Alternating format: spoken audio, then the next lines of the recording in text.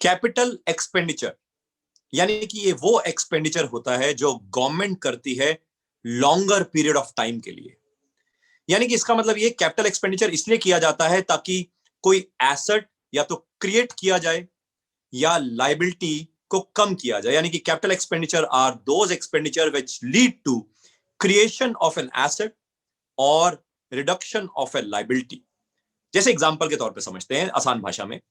जैसे से for example अगर गवर्नमेंट कोई परचेज करती है या खर्चा करती है लैंड या बिल्डिंग को बनाने में, डेवलप करने में, या कोई मशीनरी को डेवलप करने में, यानी कि कोई एसेट डेवलप करने में, या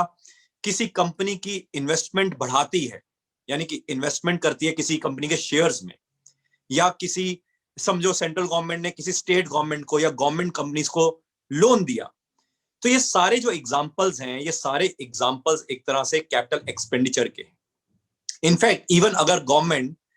जो लोन लिया हुआ था उस लोन को रीपे करती है, तो यानी कि रिडक्शन ऑफ लायबिलिटी होती है, ये भी एग्जांपल होता है कैपिटल एक्सपेंडिचर का। यानी कि कैपिटल एक्सपेंडिचर में दो कैटेगरी बन गए, एक क्रिएशन ऑफ एन एसेट में मदद करता है, जैसे कि लैंड बनाई या लैंड को डेवलप किया या बिल्डिंग को डेवलप किया बनाया, जैसे कि कोई हॉस्पिटल बनाया या कोई एजुकेशनल कॉलेज बनाया, इंस्टीट्यूट बनाया, या कोई पार्क बनाया, डैम्स बनाए, या समझो सेंट्रल गवर्नमेंट ने स्टेट गवर्नमेंट को कोई लोन दे दिया, या लेटर से सेंट्रल गवर्नमेंट ने किसी कंपनी में इन्वेस्टमेंट कर दी। ये सारे एग्जांपल्स हैं क्रिएशन ऑफ एन एसेट के। और दूसरा रिडक्शन ऑफ अ लायबिलिटी का एग्जांपल, यानी कि सेंट्रल गवर्नमेंट ने जो पुराने लोन ले रखे हैं उसकी कोई रीपेमेंट कर दी। याद रहे,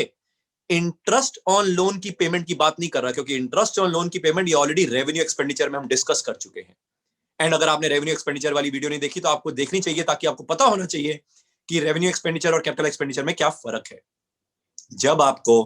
रेवेन्यू एक्सपेंडिचर, कैपिटल एक्सपेंडिचर, ये सब चीजें आइटम समझ आएंगी तो आपको देश का बजट, फिस्कल डेफिसिट, ये सारी टेक्नोलॉजीज भी समझ आएंगे, और उसके ऊपर सेपरेट वीडियोस है जो आप देख सकते हैं। यानी कि कैपिटल एक्सपेंडिचर समझना भी बहुत जरूरी है हमें देश के बजट को समझने के लिए।